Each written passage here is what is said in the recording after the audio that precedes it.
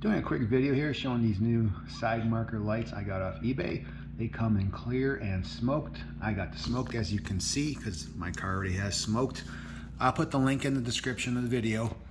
They're LED built in. They have little connectors on the back.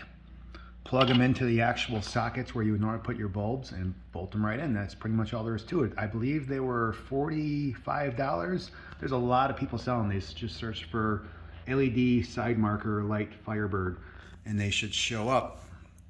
All right, let's show what these look like. Here is the rear ones.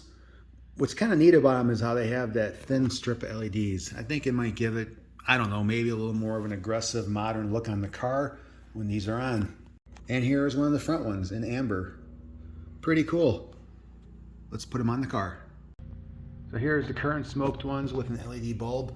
You see how you get the hot spot in the middle? I mean, that's just how a bulb looks. I think the line might look pretty cool. Now, when you do this installation, I recommend having your running lights on because these connectors here are polarity sensitive. So if you just randomly plug them in, put everything together on your car, you know, 50-50 chance that these won't light up. They have to be the correct polarity.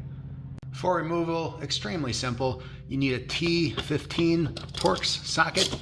Just unscrew it, it'll come out. Now the tab is always on the inside that does not have the screw, so don't try prying from this side because there's a tab that goes in the fender and the rear ones are the same way. I usually just grab from the screw, use the threads to kind of like a little side pressure, and it just pops right out. Once you pull it out, now there's not a lot of slack on these, as you can see, so don't let it fall inside the fender. Just showing here, I plugged it in, doesn't work because I had the polarity wrong, so let me flip it around. Hard to do with one hand. There you go, plugged in. So it's going to plug into the back of your side marker just like the factory one did, push it in and twist. The front twist on connectors are actually really tight. I'm doing the other side, so I'm actually using, you know, those pliers, grip the actual reflector and just a little force to give it a little twist so it doesn't pop back out. There's the new marker installed. I like the slit. Rear ones are the exact same thing again. You see how it just looks lame to me having that little red dot in the middle. Installation of the rear one is exactly the same. Check the polarity, plug it in, make sure it lights up, and put the one screw back in.